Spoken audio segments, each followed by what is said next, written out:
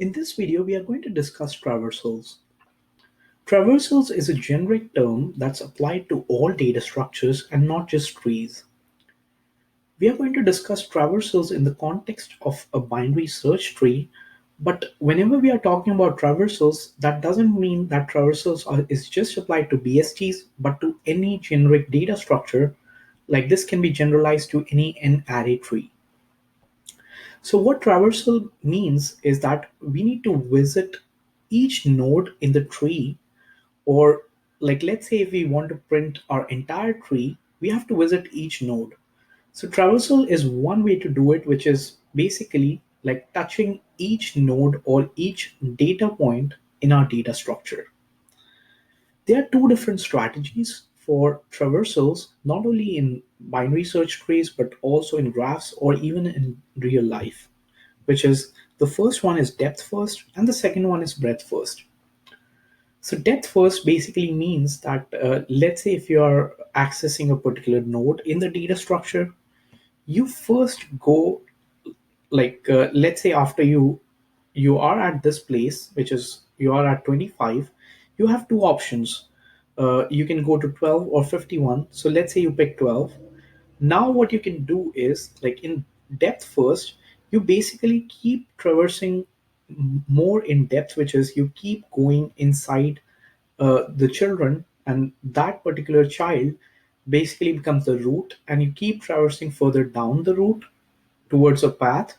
While when we talk about breadth first, you traverse all the children that surround this particular node, followed with all the children at the next level, and so on. We are going to discuss in a minute what these different strategies are, but basically there are three common ways to traverse the trees, which is in order, pre-order, and post-order traversal in case of depth first search, and level order traversal in case of breadth first search. There might be more strategies like this, but for the sake of the course and for throughout the course, we'll just discuss these four major strategies. One important distinction I would like to make here, which is what is the difference between traversal and search? Like you have been doing search earlier, so whenever in your future classes or in this course, you are asked to traverse a node, a data structure, compare, and you want to compare it with searching a particular value in a data structure. Like let's say if it's a BST like this, and if I tell you to search a particular node like 6, you are basically like you compare 6 with 25 as we saw in the previous video, and you move to the left half. So you are traversing only some part of a data structure. You are not necessarily traversing each node. So that's a core distinction between search and traversal, which is you might be skipping some nodes in a search function while you never skip a node in a traverse function, which is you traverse all the nodes in a given data structure. So in case of BST, there are three different forms of depth first search, which is the first one is in order traversal. And the general strategy of these traversals is like the algorithm that follows for in order is you visit the left subtree, followed with a visit to the root, followed with the right subtree. So my way of like understanding these traversals is you have these three elements, which is root, left, and right. Left and right are all like they always come together. And now when we talk about like traversals, like we have this in, pre, and post key prefixes, right? In case of in order, it's like in, pre is before, and post is after. So left and right always come together. And if you want to remember like how this works, in is basically between. So the root comes in between L and R. So you have left, root, and right. For pre, since we are talking about the root node, pre means before. So root will come first and then left, right. And finally, when we talk about the post, the root will come at the end and left and right will be first. So when we compare this terminology to our strategy, you can see that In order is basically left, root, right, which is left, root, and right. So let's do a quick example of what would be the traversal of this particular tree. Or basically, we want to print out all the elements of this tree in some certain order. That's another way to frame what traversals are. So this is the pseudocode for in-order traversal. It's just like this strategy, which is like if the tree is empty or if we are at a null pointer, just return or print an empty space. Otherwise, you first traverse the left subtree, then visit the root, and then traverse the right subtree. So in this case, we start with the root node. Like we always start traversals with the root node. Now again, this is left, root, right. So in this case, since we are on the root node, we'll further go to the left because our strategy is left, root, right. So now this becomes the root, followed with, now we have to use our same recursive algorithm, which is left, root, right. So, but we still have a left, so it will further go down. Next, it will further go down to this node. So finally, this element doesn't have a left subtree. So in that case, we'll print this root. So our correct answer would be 2. That's the first element. I'm going to move the order here just to be more clear. So I'm just printing my answer right here. Next, for this particular element, now we are done with printing the left subtree. We are done with printing the root. Now the right subtree is null, so nothing happens. This goes back to our previous position. Now, in this case, our current root becomes this element, which is this 5. So in this case, 5 is now the root. Our left subtree is already printed. So we print the value 5, which is 5 would be our next element, followed with the right element, which is 6. Next, we would go further up. So we are done with these nodes. And once we propagate back up, we are done with the left subtree of this root. We aren't done with the root yet, so we have to print the root. So next value would be 12. We are done with the root. Next, we go to the right. Now this has a right, so we have to print this value 14. So technically this will go into 14. Again, it will search its left and right. So again, left is null, so nothing gets printed, and 14 will get printed. And then the right is nothing, so it will go back up. And now it has printed its right node as well. So in this case, we propagate further up. So we have finished the left of this. We still haven't finished the root and right. So the root for 25 would be 25. Next, we go towards the right. So for 51, it will just go back to left, root, right. Now left is again nothing. So right root will be printed first, which is 51 will be printed first.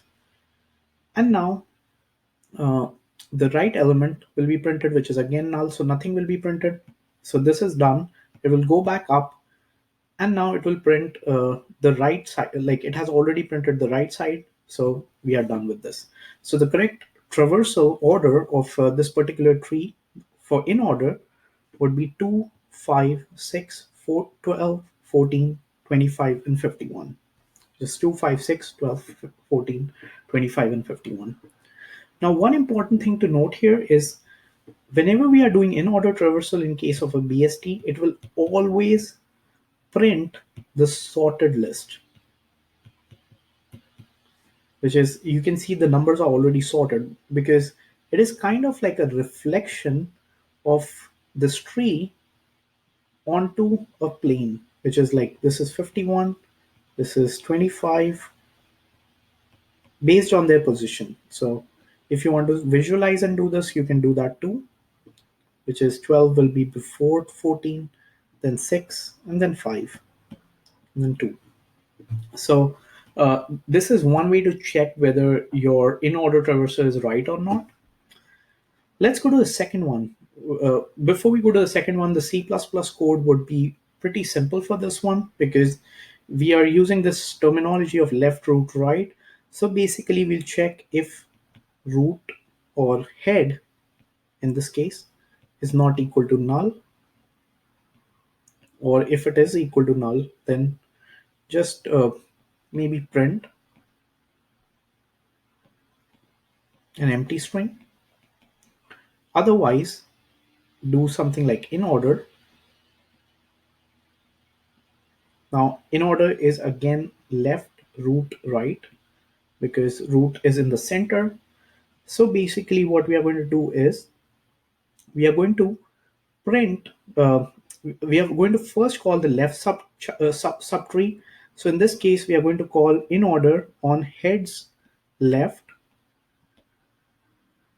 Then we are going to print the value, and then we are going to do something like heads val, and followed with in order heads right. And this is going to traverse the tree and print the values. Now, this is a homework for you. Just try run this code on a piece of tree to make sure you understand the recursion, but it's going to print out the correct in order. In case of post or pre-order, the code look exactly identical, just the order of these three lines is swapped, which is in case of pre-order, you have root left right. So basically you print the root first and then you call the pre-orders. And in case of post order, you move this line to the end because you are printing it at last. So this is the exact code like which I just described in the previous slide. Also, I've provided a link if you want to refer to how in order works. It also has the insert function. So if you want to test it out um, on your tree, you first have to insert some elements and then you can call this in order. Next strategy that we can adopt is the pre-order one, which is again like it's root left right. Pre means root is before, in means root is between, and post means root is at the end. So we visit root, we visit the left subtree, then we visit the right subtree. So in this case, let's see what we have. You have an easy way to do it is just name all the nodes with root LR.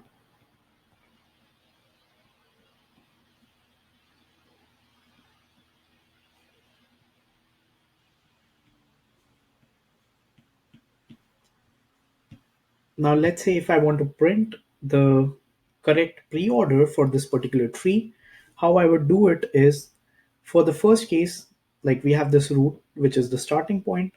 Now root is already printed, so root will be printed first.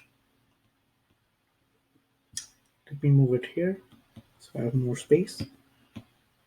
Next, I'm going to traverse the left subtree, which is I'm going to traverse this half. So in this case, now we have 12, which becomes the new root. So the root gets printed, so 12 gets printed. Next, we go to the left of this, which is we have this part. We are now traversing this part. We print, like we make this as the new root. The 5 is made as a new root. And we print 5. We follow further down the path because now this becomes the root, which is 2. We print this root, which is 2 gets printed. Now we see that 2 doesn't have a left, 2 doesn't have a right. So we are done with this branch. Next, we still have the right branch of 5. So in this case, we are going to traverse the right branch. Now this becomes the root. So we are going to print the value 6. We are going to traverse the left branch of 6, which is null. We are going to traverse the right branch, which is again null. So we are done with this branch. And we are also done with this end. Now we are going to traverse the right branch of the number 12. So in this case, we are going to print 14 because we are at this point right now. We have printed this. Left and right are again nulls. So we are done with this branch as well. Now we are going to propagate back up. We are going to print the right value.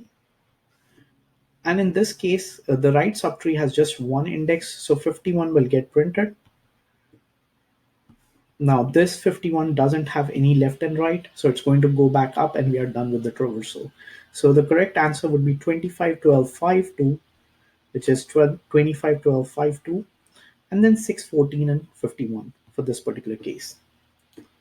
The third one is identically similar, like it's pretty much symmetric, but for post order, we first traverse left and right, and then we traverse the root, which is we traverse this left subtree first, then we traverse the right subtree, and then we traverse the root. So in this case, 25 won't get printed, but instead we'll start with the left. We'll further go to the left, we'll further go to the left. Now this element is kind of uh, like we do not have further lefts, so we do not have further rights. So it will print the root value, which is 2. And I would like you all to complete this one, like pause the video and try to finish this. I'll just show the answer. It's like pretty much similar to pre-order and in order. So the correct answer for this one was 2, 6, 5, 14, 12, 51, and 25. We can discuss the solutions if you'd like and just come to one of our office hours. It's not too complicated. Again, we follow the strategy, which is left, right, root in this case.